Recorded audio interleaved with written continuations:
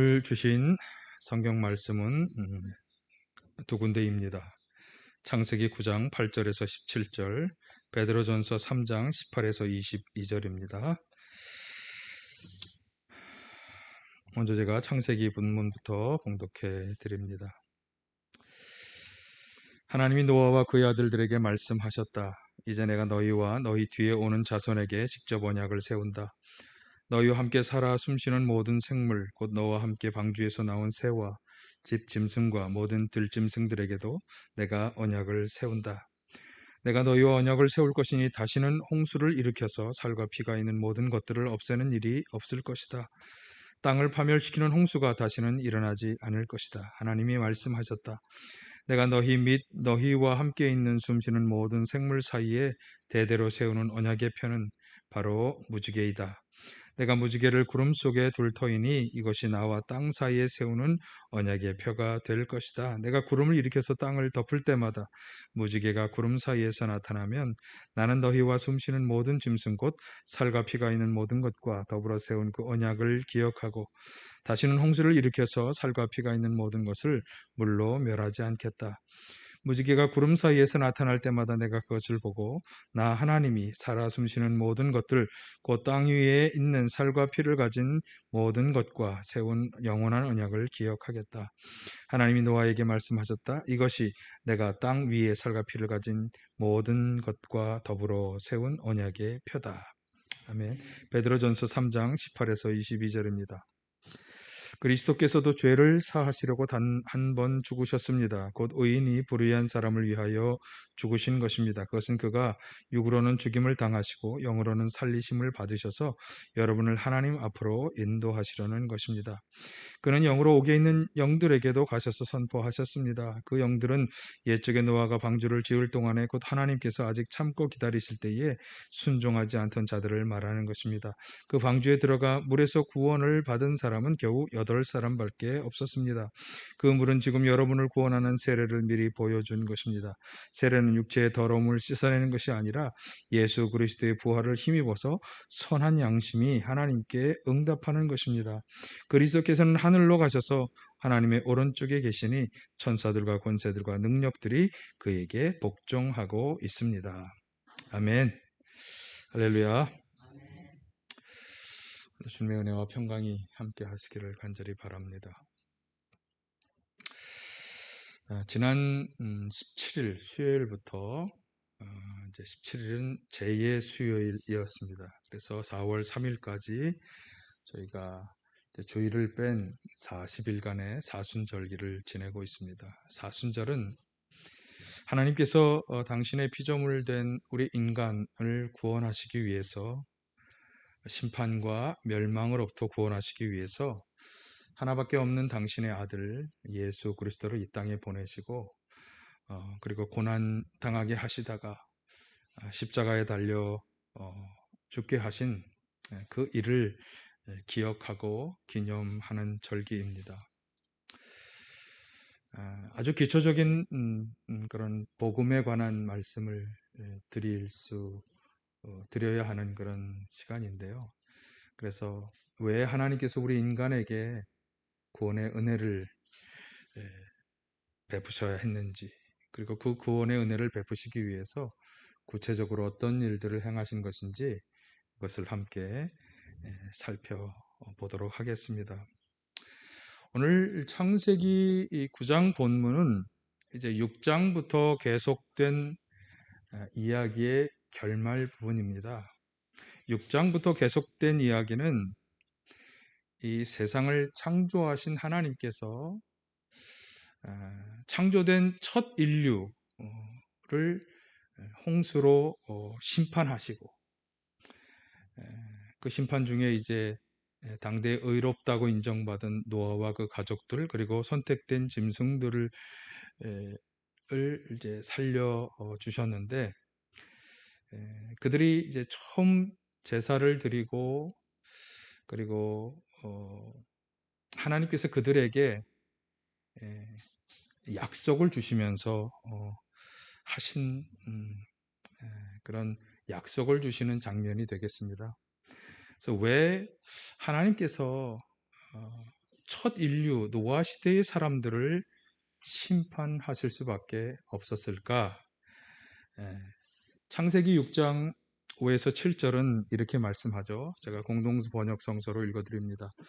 야훼께서는 세상이 사람들의 죄악으로 가득 차고 사람마다 못된 생각만 하시는 것을 보시고 왜 사람을 만들었던가 싶으시어 마음이 아프셨다. 야훼께서는 내가 지어낸 사람이지만 땅 위에서 쓸어버리리라. 공연히 사람을 만들었구나. 사람뿐만 아니라 짐승과 땅 위를 기는 것과 공중의 새까지 모조리 없애버리리라. 공연히 만들었구나 하고 탄식하셨다. 그러니까 하나님께서는 세상이 온통 죄악으로 가득 차고 못된 생각들만 하는 것을 보시면서 이제 한탄하며 심판을 결정하신 것입니다. 그러니까 여기 하나님께서 보시기에 정말 옳고 바른 일을 행해야 할 텐데 그렇게 하지 않고는 온통 죄악된 일들 또 못된 생각들만 하면서 살았던 것, 이제 그것이 문제가 된 거죠. 그래서 하나님은 그것에 대해서 죄악을 저지른다 그렇게 이야기하시면서 심판을 결정하신 거예요. 여러분, 왜 우리는 죄악을 저지르는 것일까요? 죄를 저지르면 좀 마음의 기쁨과 즐거움이 생기나요? 죄악을 저지르면 뭔가 우리가 행복하게 될까요? 죄악을 저지르면 우리가 좀 잘 살게 될까요? 어떤 경우로든지 사실은 죄가 좋은 결과만을 가져오지는 않는다 라고 하는 거죠. 어쩌면 일시적으로 단기적으로는 그렇게 느낄지 모르지만 궁극적으로는 죄를 저지른 사람의 마지막은 뭐다? 심판과 멸망이다라고 하는 것을 이 노아 시대의 하나님의 심판이 잘 말씀해 주고 있습니다. 하나님은 어떤 분이신가 하면 죄를 그냥 넘기는 분이 아니세요. 하나님은 공의로운 분이셔서 죄에 대해서는 반드시 심판하시고 죄에 합당한 대가를 치르게 하시는 분이세요. 어디 하나님만 그렇습니까? 사실 이 세상도요. 에, 법에 정해놓은 것을 넘어서는 그런 불법을 행하는 또 인간이 해서는 안 되는 도의적인 일들에 대해서도 죄를 범하는 모든 죄에 대해서 사실 엄격한 심판을 내리고 있습니다. 가슴 아픈 일이지만 2014년도 단원고등학교 2학년 학생 300여 명이 사망한 세월호 사건을 한번 생각해 보세요. 정말 그런 일들이 벌어지도록 책임을 져야 하는 어떤 결정을 내린 사람들이 분명히 있었을 거예요. 왜 그런 결정을 내렸을까? 우리가 알 수는 없지만 그러나 그들이 지은 죄의 결과는 너무나 분명하죠. 수백 명의 정말 청운의 꿈을 꾸어야 할 생명들이 목숨을 잃었고 그리고 그 유가족과 주변 관계자들이 얼마나 극심한 고통과 아픔을 겪었습니까? 아마 피해자들에게 그 일을 주도한 결정한 사람에 대해서 판결을 내려봐라 그러면 어떤 판결을 내릴까요? 여러분 같으면 어떤 판결을 내리겠습니까? 아마도 법정 최고형인 사형 언도를 내리지 않겠습니까? 우리 모두가 다 그렇게 동의할 수밖에 없습니다. 그러니까 분명히 죄의 결과는 심판이다 라고 하는 것이 너무나 분명하고 노아 시대 사람들은 하나님이 그들을 지으신 것을 후회하시며 마음 아파하실 정도의 악행을 저질렀기 때문에 하나님은 그들을 심판하셨고 그래서 노아와 노아의 가족과 선택된 짐승들을 제외하고 정말 인류 역사가 단절되는 그런 아주 큰 일이 벌어졌습니다. 죄는 심판을 불러온다. 이것을 꼭 기억하시기를 바랍니다. 창세기 6장 11, 12절은 노아 시대의 사람들이 저지른 악에 대해서 이렇게 설명했더라고요. 하나님이 보시니 세상이 썩었고 무법천지가 되어 있었다. 하나님이 땅을 보시니 썩어 있었다. 살과 피를 지니고 땅 위에 사는 모든 사람들의 삶이 속속들이 썩어 있었다. 이 썩어 있었다고 하는 이 말, 세상도 땅도 사람들의 삶이 썩어 있었다라고 하는 것은 아, 온전한 것이 하나도 없이 다 부패해 있었다, 그런 얘기겠죠. 그러니까 하나님이 이 땅에 생명체를 내시고 하나님이 원하시는 옳고 바른 일을 하며 살아가는 것은 절대로 찾아볼 수 없는 그런 사람들. 그래서 하나님이 심판하실 수밖에 없었다. 생각해 보면 이 노아 시대의 사람들과 오늘 우리의 삶을 한번 비교해 보면 어떨까? 우리는 썩어 있지 않다고 자부할 수 있습니까? 어떻습니까? 우리가 하는 생각들은 하나님이 보실 때 옳고 바른 생각들이라고 인정해 주실까요? 저는 그런 점에서 우리 역시 같은 죄를 저지르는 죄인이라고 인정해야 되지 않을까, 그렇게 생각을 해보고요. 죄의 결과가 심판이고 심판의 결과는 멸망인데, 그렇게 죄를 지으며 살아가는 우리가 오늘 하나님의 심판을 당하지 않는 이유는 무엇일까? 사실 그 해답이 오늘 창세기 9장 본문에 나옵니다. 하나님이 약속을 주셨기 때문에. 자, 한번 보실까요? 창세기 9장 12에서 15절. 내가 너희 및 너희와 함께 있는 숨쉬는 모든 생물 사이에 대대로 세우는 언약의 표는 바로 무지개이다. 내가 무지개를 구름 속에 둘 터이니 이것이 나와 땅 사이에 세우는 언약의 표가 될 것이다. 내가 구름을 일으켜서 땅을 덮을 때마다 무지개가 구름 사이에 나타나면 나는 너희와 숨쉬는 모든 짐승과 살과 피가 있는 모든 것과 더불어 세운 그 언약을 기억하고 다시는 홍수를 일으켜서 살과 피가 있는 모든 것을 물로 멸하지 않겠다. 사실 제가 인용한 것을 인용하지 않았습니다. 8장 21절에 보면 하나님이 그 노아가 홍수가 끝나고 나서 모트로 올라와서 이제 하나님 앞에 제단을 쌓았는데, 그 제사를 받으시고 나서 하나님이 이렇게 생각하셨어요. 8장 21절 거기 보면 다시는 사람이 악하다고 하여서 땅을 저주하지 않겠다. 사람은 어릴 때부터 그 마음의 생각이 악하기 마련이다. 다시는 이번에 한 것과 같이 모든 생물을 없애진 않겠다. 그렇게 생각을 하셨고, 그리고 나서 지금 이 창세기 9장에 있는 이 약속의 말씀을 주신 거예요. 다시는 물로 세상을 심판하지 않겠다고 약속하시고 그 언약의 표로 바로 무지개를 주셨다라고 하는 거죠. 그래서 무지개는 하나님과 우리 사이에 하나님이 우리를 물로 심판하지 않겠다, 땅에 우리가 살아있는 동안 물로 심판하지 않겠다라고 하는 하나님의 구원의 표시, 우리를 심판하지 않으시겠다고 하는 약속의 표시인 것입니다. 그래서 우리는 무지개를 볼 때마다 이것을 기억해야 하죠. 하나님이 세상을 죄 때문에 심판하셨었다. 그러나 이제 물로는 다시 우리를 심판하지 않을 거다 라고 하는 것을 우리가 기억해야죠. 그러면 하나님은 영원히 우리를 심판하지 않으시는 건가요?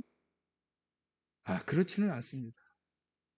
성경은 분명히 하나님께서 이 땅을 심판하실 거라고 말씀하고 있어요. 그러면 어떻게 되는 거죠? 지금 우리는 그 심판이 유예되고 연기된 기간을 살아가는 것입니다. 게다가 하나님은 물로 심판하지 않을 것이지만 세상 끝날에 더 무서운 심판을, 그게 뭐죠? 불심판을 내리실 것을 말씀해 주고 있어요. 마태복음 13장 37에서 42절에 보시면 예수님께서 씨 뿌리는 자의 비유를 이야기해 주시고 그것을 설명해 주실 때, 여기 보면 좋은 씨를 뿌리는 이는 인자여 같은 세상이다. 좋은 씨는 그 나라의 자녀들이요 가라지는 악한 자의 자녀들이다. 그러니까 좋은 씨들이 많이 뿌려지지만 그 중에 가라지가 뿌려서 자란다고 하는 거죠. 여기 가라지를 뿌리는 원수는 악마요 추수 때 세상 끝날이요 추수꾼은 천사들이 가라지를 모아다가 불에 태워버리는 것과 같이 세상 끝날에 그렇게 할 것이다. 가라지와 같은 그런 죄악을 저지르며 살아가는 사람들에 대해서 세상 끝날에는 하나님이 불에 태워버리는 심판을 내리신다라고 하는 거죠. 그래서 여기 보면 죄짓게 하는 모든 일들과 불법을 행하는 모든 사람들을 끌어모아다가 불구덩이에 쳐 넣으신다. 예, 그렇게 지금 말씀하고 있습니다. 여러분 이것을 꼭 기억하시기를 바랍니다. 하나님께서는 예, 우리를 이 땅에 사는 동안 우리가 저지른 죄 때문에 심판은 행하지 않으실 겁니다. 무지개가 그 언약의 약속이에요. 그러나 심판은 없어진 게 아니라 심판은 있다. 그리고 그 심판은 지금 유예되고 있다라고 하는 사실입니다.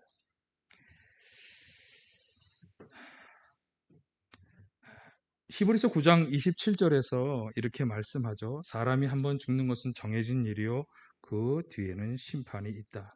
그러니까 우리는 노아 시대와 같은 물의 심판과 역사의 단절을 경험하지는 않을 거예요. 그러나 세상 끝날이 되면 그 사정은 달라지는 거죠.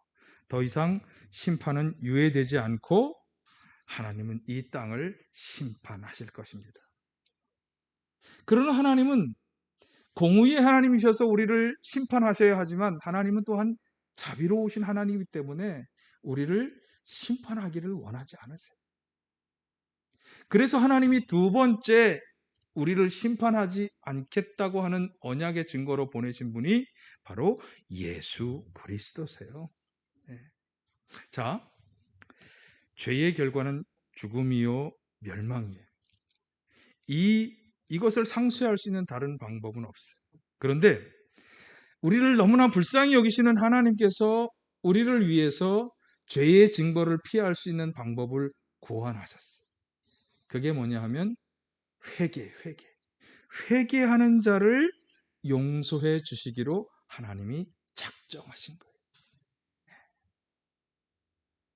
그래서 예수님 앞에 와서 이제 예수님의 길을 열었다고 인정받는 세례 요한이 마태복음 3장에 보면 2절, 8절, 10절에서 각각 이렇게 얘기해. 회개해라. 하늘나라가 가까이 왔다. 회개에 알맞은 열매를 맺어라. 도끼에 이미 나무 뿌리를 갖다 놓았으니 좋은 열매를 맺지 않는 나무는 다 찍어서 불 속에 던질 것이다. 세례 요한이 와서 외친 얘기를 정리해 보면 크게 두 가지. 하나는 회개해라. 회개하지 않으면 찍어서 불 속에 던져질 거다. 그런데 여기 보니까 회개에 알맞은 열매도 맺어라. 그렇게 이야기하고 있습니다. 여러분, 사실 회개한다고 해서 내가 지은 죄가 사라집니까? 죄도 그대로 있고 그 죄로 인해 벌어졌던 결과도 다 그대로 있어요. 그러나 하나님은 그럼에도 불구하고 회개하면 죄를 용서해 주시겠다고 작정하신 거예요. 그래서 우리는 이 세례 요한의 외침처럼 죄를 지었다 하더라도 회개하고 돌이켜서 회개에 합당한 열매를 맺으면 용서받고 구원받을 수 있는 거예요. 자, 죄를 짓는 자는 하나님의 심판을 받고 멸망을 받아야 하지만 무지개는 이 땅에서 우리가 살아가는 동안 심판하지 않겠다는 하나님의 약속인 거예요. 그래서 우리는 죄를 지어도 지금 당장 죄를 지을 때 무슨 심판을 받는 건 아니에요. 우리는 그 죄의 심판을 유보되고 연기된 세상을 살아가고 있어요. 그러나 세상 끝날에는 그 죄에 합당한 심판을 내리시는 거예요. 그런데 하나님은 그 죄의 세상 끝날에 그 죄에 합당한 심판을 받지 않을 수 있도록 우리에게 심판을 면할 수 있도록 회개라고 하는 방법을 고안해 주셨고 회개하는 자에게 예수님을 통한 은혜의 역사가 시작되는 거예요. 그래서 새로운 증거는 예수님이라고 말씀드리는 거예요. 요한복음 3장 16, 17절은 이렇게 말씀해요.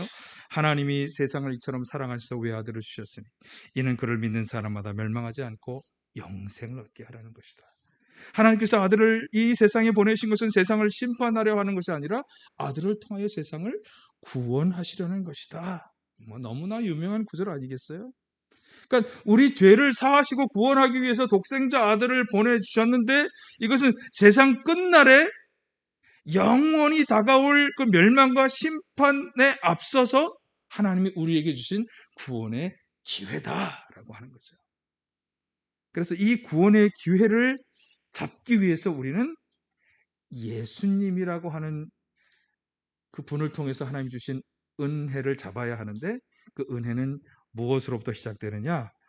회개로부터 시작이 된다라고 하는 사실이에요. 여러분, 예수님을 우리 구원의 푯대로 삼아야 할 줄로 믿습니다. 예수님의 삶과 죽음과 부활은 바로 우리의 구원을 위한 것이다 라고 하는 것을 우리가 인정하고 죄를 회개하며 그 예수님을 받아들여야 하는 거죠. 베드로전서 오늘 본문 3장 18절에서 베드로 사도는 이렇게 증언하죠. 그리스도께서 죄를 사하시려고 단 한 번 죽으셨습니다.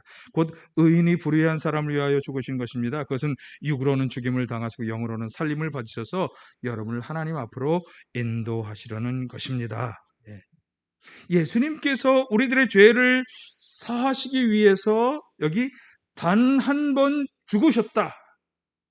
그러니까 우리는 참 불의한데 죄를 짓는 불의한 사람인데 의인이신 죄가 없으신 그분이 우리를 대신하여 죽으셨기 때문에 우리는 구원받을 수 있다. 여기 보니까 그분이 죽임을 당하시고 살리심을 받으셔서 우리를 하나님 앞으로 인도하려 하신다. 그렇게 말씀하잖아요. 그러니까 죄 때문에 심판과 멸망을 받을 수밖에 없는 우리를 하나님 앞으로 인도해 주시는 분으로 예수님은 이 땅에 오신 것입니다. 그러니까 이 사순절기는 그렇게 의로우신 예수님이 불의한 우리의 죄를 사하여 주시기 위해서 십자가에서 죽으신 것을 기념하는 절기인 거죠. 그래서 우리는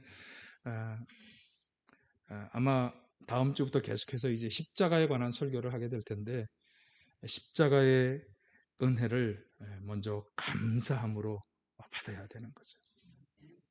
사실 구약에 아까 제가 창세기의 무지개 언약을 말씀드렸지만 하나님은 다 심판하시고 나서 노아의 가족을 딱 살려놓고 보시니까 처음에는 그들을 창조한 게 너무나 가슴 아프고 후회가 돼서 다 진노하셔서 멸하셨는데 다 멸하시고 노아 가족 딱 살려놓은 것을 보니까 또 그것도 후회가 되셔서 내가 니네들이 죄 짓는다고 해서 이 땅에 있는 동안에 죽이지 않을게. 무지개 약속을 주신 거예요. 그런데 그러고 보니까 사람들이 너무나 죄악에 가득 차서 살아가는 거예요. 세상 끝날에는 모든 사람이 다 멸망을 받을 수밖에 없는 거예요. 그래서 하나님은 최후의 약속으로 예수 그리스도를 보내신 거죠. 그래서 그분을 통해서 우리가 최후의 마지막 그날 멸망이 아니라 구원에 이룰 수 있는 기회를 우리에게 주신 것입니다. 여러분이 하나님의 약속의 증거이신 예수님을 통한 구원의 은혜 감사함으로 받으시기를 바랍니다. 자, 그런데 우리가 꼭 알아야 하는 것은 아까 세례 요한도 외쳤습니다만 회개가 중요합니다. 회개하고 예수님을 받아들이는 게 굉장히 중요해요. 그래야 그 예수님이 십자가에서 흘려주신 그 피의 결과로 우리는 구원의 은혜를 받을 수 있는 거예요. 자, 그런데 회개뿐만 아니라 회개에 알맞은 열매를 맺어가는 일도 굉장히 중요해요. 자, 그런데 여러분 회개에 알맞은 열매를 맺는 일은 우리 각자의 몫이다라고 하는 것을 우리가 꼭 알아야 합니다.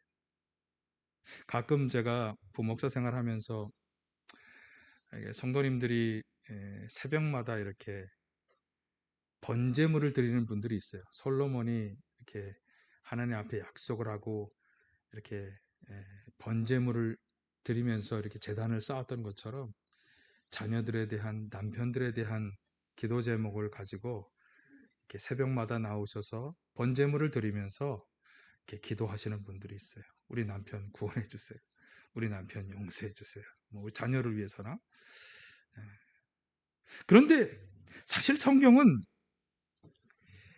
예수님을 통해 우리가 회개해서 구원을 받을 수 있는 기회를 부여받았지만 그 기회를 잡는 것은 아내나 남편이나 부모나 자식 누가 대신 해줄 수 있는 게 아니라 각 개인의 결단에 의해서다라고 아주 분명히 에스겔 선지자의 말씀이 그것을 분명히 말해주는데 에스겔 18장 32절을 보실까요? 나 주의 말이다. 그러므로 이스라엘 족속아 나는 너희 각 사람이 한 일에 따라 너희를 심판하겠다. 너희는 회개하고 너희의 모든 범죄에서 떠나 돌이켜라. 그렇게 하면 죄가 장렬이 되어 너희를 넘어뜨린 일이 없을 것이다. 너희는 너희가 지은 죄를 모두 너희 자신에게서 떨쳐버리고 마음과 영을 새롭게 하여라. 이스라엘 족속아 너희가 왜 죽고자 하느냐? 죽을 죄를 지은 사람에도 그가 죽는 것을 나는 절대로 기뻐하지 않는다. 그러므로 너희는 회개하고 살아라. 나 주의 말이다. 자, 여기 보세요. 하나님은 각 사람이 한 일에 따라 심판하시는 분이고 그 사람이 회개할 때 용서의 은혜를 주시는 거예요. 그래서 말씀드린 것처럼 이것은 부모나 형제나 자녀나 배우자 그 누구가 대신할 수 없는 자기 자신이 결단하고 회개하고 돌이켜 열매를 맺는 삶을 살아가야 하는 거죠. 저는 이게 참 놀라운 하나님이 우리에게 주신 기회라고 생각합니다. 사실 성경에서는요, 특히 신명기에서 십계명의 말씀을 주실 때 하나님에 대한 죄에 대한 말씀을 하실 때 3, 4대 자손에게까지 벌을 내리시는 죄도 있다고 말씀하셨어요. 그러니까 우리가 어떤 인생에 왜 내 이렇게 일이 안 풀리지 그럴 때 우리 조상 3, 4대까지 하나님과의 관계에 심각한 죄를 저지른 어떤 일들이 있었기 때문에 후손 3, 4대까지 영향을 받을 수 있는 거예요. 그런데 지금 오늘 이 회개와 용서에 관해서 하나님은 분명히 말씀하는 거예요. 각 사람이 죄를 짓고 회개하는 것은 각 사람이 하나님과의 1대1 관계 속에서 이루어지는 일이다. 그래서 우리 부모가 무슨 잘못을 했고 할아버지 할머니가 무슨 잘못을 해서 좀 내 삶이 문제가 있는 것 같아도 그러나 결국 하나님이 나에게 주신 기회는 뭐냐? 내가 올바로 결단하고 회개하고 돌이켜 살아가면 된다. 얼마나 좋은 기회입니까? 새로운 삶을 열어갈 수 있는 기회를 우리에게 주신 것이고 그 증거가 누구냐? 예수 그리스도시다라고 하는 것입니다. 여러분 이 기회를 잘 살려야 할 줄로 믿습니다. 먼저는 우리 각 개인이 정말 죄를 지으며 살아가는 이 세상 가운데에서 죄를 다 회개하고 회개에 합당한 열매를 맺으며 살아가시기를 바라고요. 자, 이 회개에 합당한 열매를 맺으며 살아가야 한다는 이 말을 우리가 꼭 기억해야 합니다. 그러니까 예수 믿고 회개하여서 구원의 은혜 속에 살아가는 성도들에게 하나님이 요청하시는 것, 오늘 베드로서 마지막 21절에서 베드로 사도가 바로 그 말씀을 하고 있어요. 하나님을 향한 선한 양심으로 응답하라. 자, 한번 읽어볼까요? 그 물은 지금 여러분을 구원하는 세례를 미리 보여준 것입니다. 세례는 육체의 더러움을 씻어내는 것이 아니라 예수 그리스도의 부활을 힘입어서 선한 양심이 하나님께 응답하는 것입니다. 저는 이 말씀을 볼 때 제가 인용하지 않아서 로마서에서 바울 사도가 산 제물의 삶을 산 제물로 드리는 것이 합당한 예배다라고 하는 그 말씀하고 아주 잘 연결되는 말씀으로 보여집니다. 그러니까 죽음에서 부활하신 예수님의 공로를 의지해서 우리는 죄를 회개하고 그리고 용서받은 삶을 살아갈 수 있어요. 그런데 그것만이 아니라 세례는 뭐냐? 깨끗한 양심으로 하나님께 응답하는 사람으로 거듭나겠다고 서약하는 거예요. 그러니까 세례받은 자는 어떻게 살아야 되는 거예요? 깨끗한 양심으로 하나님께 응답하며 살아가야 돼요. 사람들이 다 이렇게 살아가니까 저울추 좀 나도 속이고 다 그렇게 하니까 다들 그렇게 거짓말하고 좀 속이며 살아가니까 나도 뭐 그렇게 살아가는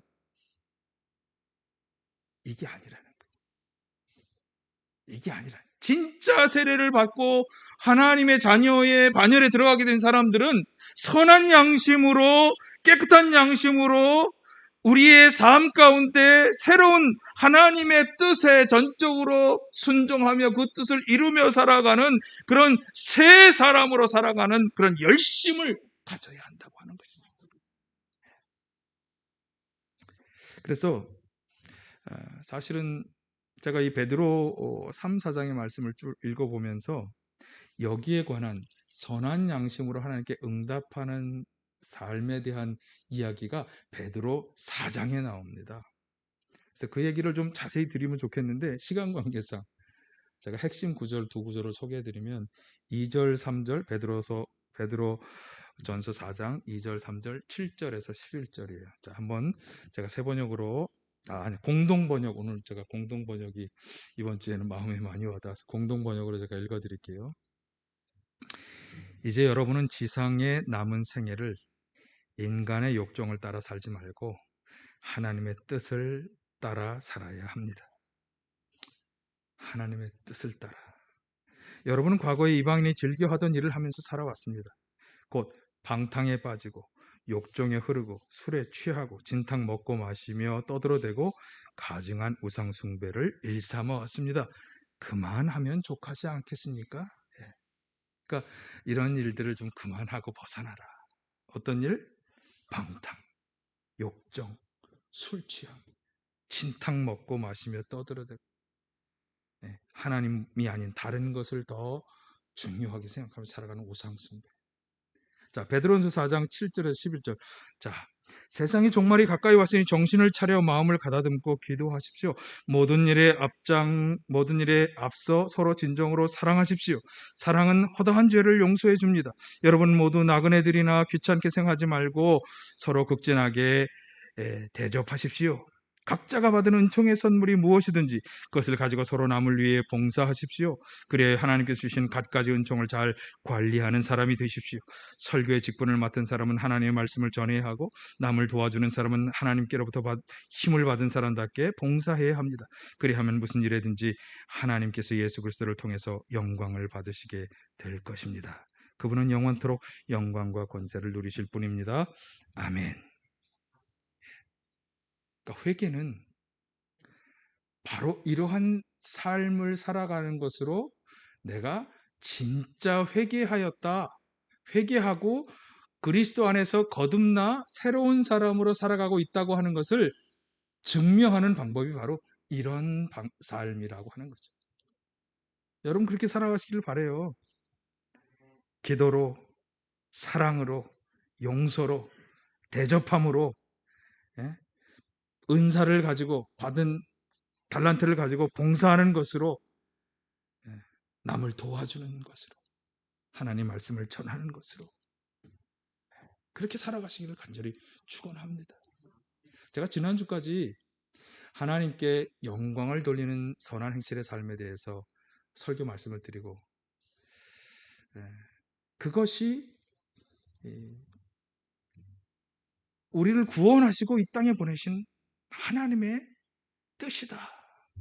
그렇게 말씀을 드렸는데 그 선한 행실의 삶에 대해서 사실은 오늘 이 구절 베드로 전서 4장 7절에 11절 구절도 너무나 잘 말씀해 주고 있는 것입니다. 여러분 먼저 우리가 죄악된 세상 가운데 알게 모르게 죄를 지으며 살아가고 있다고 하는 것을 인정하시고 정말 회개함으로 하나님의 죄 용서의 은혜를 받을 뿐만 아니라 용서의 은혜를 받은 자가 살아가야 할 이 새로운 결단의 삶을 살아갈 수 있기를 간절히 축원합니다. 그러니까 무지개의 언약은 내가 지금 죄를 지어도 지금 내가 심판을 받지 않을 거라고 하는 그 심판의 어떤 공포, 두려움으로부터 우리를 자유하게 만들어 줍니다. 그러나 우리는 여전히 죄로부터는 자유하지 못해요. 그래서 죄 가운데 우리는 살아가죠. 호시탐탐 우리를 노리는 그런 사단으로부터 우리는 죄와 악으로 끌어들이는 유혹과 도전을 늘 수시로 만나며 때로는 넘어지며 살아갑니다. 이 죄에 끌어가지 않게 하기 위해서 우리는 싸워야 하죠. 그리고 이 죄와 싸워 이기기 위해 죄의 문제를 해결하기 위해 하나님은 예수 그리스도를 보내주신 것입니다. 그리고 그 일을 완성하기 위해서 그분은 십자가를 지시고 죽으셨고 그리고 부활하신 것이죠. 여러분, 이 무지개와 예수 그리스도라고 하는 우리를 구원하기 원하시는 하나님의 큰 두 약속에 대한 분명한 이 복음의 증거를 확인하고 확신 가운데 살아가시기를 바라고요. 여전히 내가 죄 가운데 머물러 살아가는 죄인이라고 하는 것을 먼저 인정할 필요가 있습니다. 그리고 진정으로 회개하면서 그 죄악된 행실들을 빨리 벗어버려야 되겠죠. 그리고 선한 양심으로 하나님께 응답하는 이 새 삶을 살아가시기를 간절히 축원합니다. 사랑의 아버지 하나님, 확실한 증거를 필요로 하는 이 시대에 무엇보다 확실한 두 증거, 무지개와 예수 그리스도라고 하는 구원의 증거를 주셨으니 감사드립니다.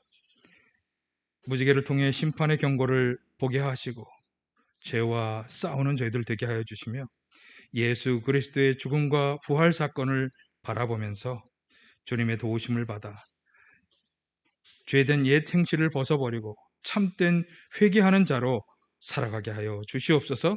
무엇보다 선한 양심의 새로운 사람으로 살아가는 저희들을 되게 하여 주시옵소서. 오늘도 저희 가운데 악한 영혼 어둠의 역사들이 다 떠나가게 하시고 저희들이 연약하고 아픈 질병 상처마다 치유하시며 온전케 하여 주시옵소서.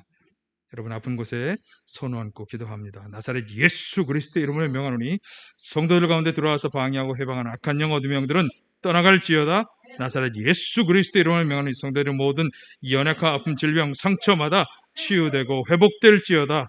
주님 역사하여 주시옵소서. 예수님의 이름으로 기도하옵나이다. 아멘. 한군 봉헌하겠습니다.